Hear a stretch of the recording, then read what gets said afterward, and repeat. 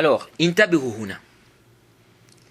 Certaines personnes viennent avec des ambiguïtés pour permettre des innovations dans la religion. Parmi ces ambiguïtés, elles se disent Omar radiallahu anhu, Omar ibn al-Khattab a dit quelle bonne innovation parlant des tarawih. Et voilà. Omar dit ici quelle bonne innovation en parlant des tarawih. Donc ça veut dire que dans l'islam, nous avons des bonnes innovations et nous avons des mauvaises innovations. Pourquoi vous voulez interdire les innovations de manière absolue? Donc ils disent voilà, ça c'est notre dalil, qu'il y a des bonnes innovations dans la religion. Arju an tantabihu huna. Je demande votre attention ici. Que veut dire cette parole de Omar? Certains savants te disent, ici là, quand Omar dit quelle bonne innovation, ce qui est voulu, c'est l'innovation dans le sens linguistique. L'innovation dans le sens linguistique. Et non l'innovation comme vous avez compris. Tabihu. Vous savez, le prophète Mohammed sallallahu alayhi wa sallam, il a prié Tarawih avec les compagnons quelques nuits. Jade. Ensuite, il a dit aux compagnons de prier chez eux. De là, les gens ne priaient plus Tarawih derrière. Les gens ne priaient plus tous Tarawih derrière un seul imam.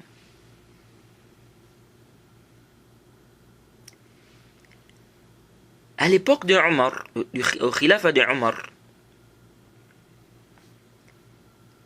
Omar a vu qu'il fallait regrouper les gens derrière un seul imam comme le prophète avait fait.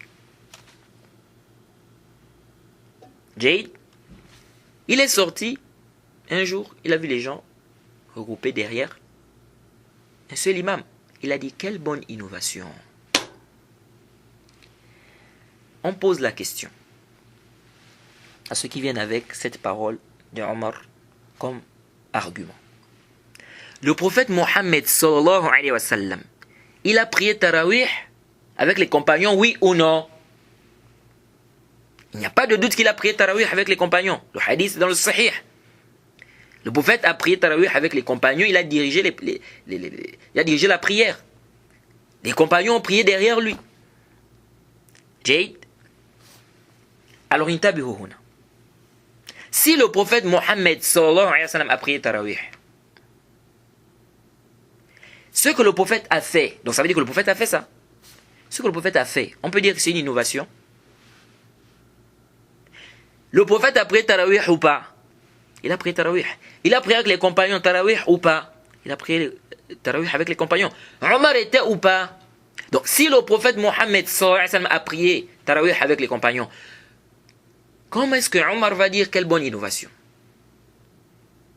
Est-ce que l'acte du prophète Mohammed sallallahu alayhi wa sallam, on peut dire que c'est une innovation? Le prophète a fait un acte. Est-ce qu'on va dire que c'est une innovation? Non.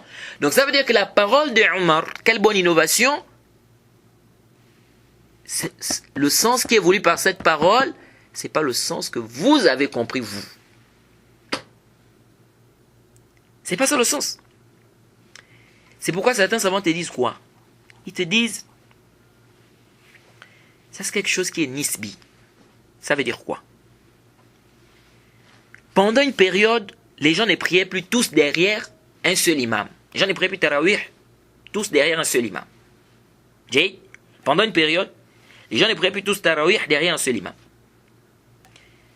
Parce que vers la fin de la vie du prophète Mohammed sallallahu alayhi wa sallam, dans le khilafa d'Abi Bakr, Et au tout début du khilafa de Omar, les gens ne priaient plus tarawih derrière un seul imam. C'est-à-dire les gens ne priaient plus tous tarawih derrière un seul imam. Donc, on voyait des gens qui priaient. Par exemple, 2 personnes prient ici, 3 personnes vont prier là, hein. Quelqu'un va prier même chez lui. Donc les gens ne priaient plus tous tarawih derrière un seul imam. Omar a vu qu'il fallait regrouper les gens derrière un seul imam. Donc les gens se sont regroupés derrière un seul imam. Donc les gens priaient maintenant tarawih derrière un seul imam. Comme le prophète avait fait au départ. Donc ces savants-là te disent, ici là quand il dit quelle bonne bid'a, c'est par rapport à cette période-là. Par rapport à cette période-là où les gens ne priaient plus tous derrière, un seul imam. Donc si on regarde par rapport à cette période-là, on va dire que ça c'est nouveau. On va dire que cet acte-là est nouveau. C'est-à-dire, le fait de prier tous derrière un seul imam tarawih, si on regarde cet acte-là, par rapport à la période où les gens ne faisaient plus ça, on dit que c'est nouveau. Donc c'est pourquoi Omar a dit, quelle bonne innovation. Mais si on regarde l'acte par rapport à l'acte du prophète, est-ce qu'on peut dire que c'est une innovation? On ne peut pas dire que c'est une innovation. On ne peut pas dire que c'est une innovation. C'est une hérésie. Là. Donc cette parole ne vient pas montrer qu'il s'est permis d'apporter des muhdassat, des innovations dans le din. Parce que Omar ici a parlé de quoi? Quand il a dit quelle bonne innovation, c'était par rapport à quoi? C'était par rapport au tarawih. Le tarawih, le prophète a fait ça ou pas? Le prophète a fait. Il a prié avec les compagnons ou pas? Il a prié avec les compagnons. Donc Omar a parlé d'un acte qui a la base un dalil. Mais vous prenez la parole de Omar pour parler des actes d'adoration qui n'ont aucun dalil. Donc votre argumentation ne tient absolument pas.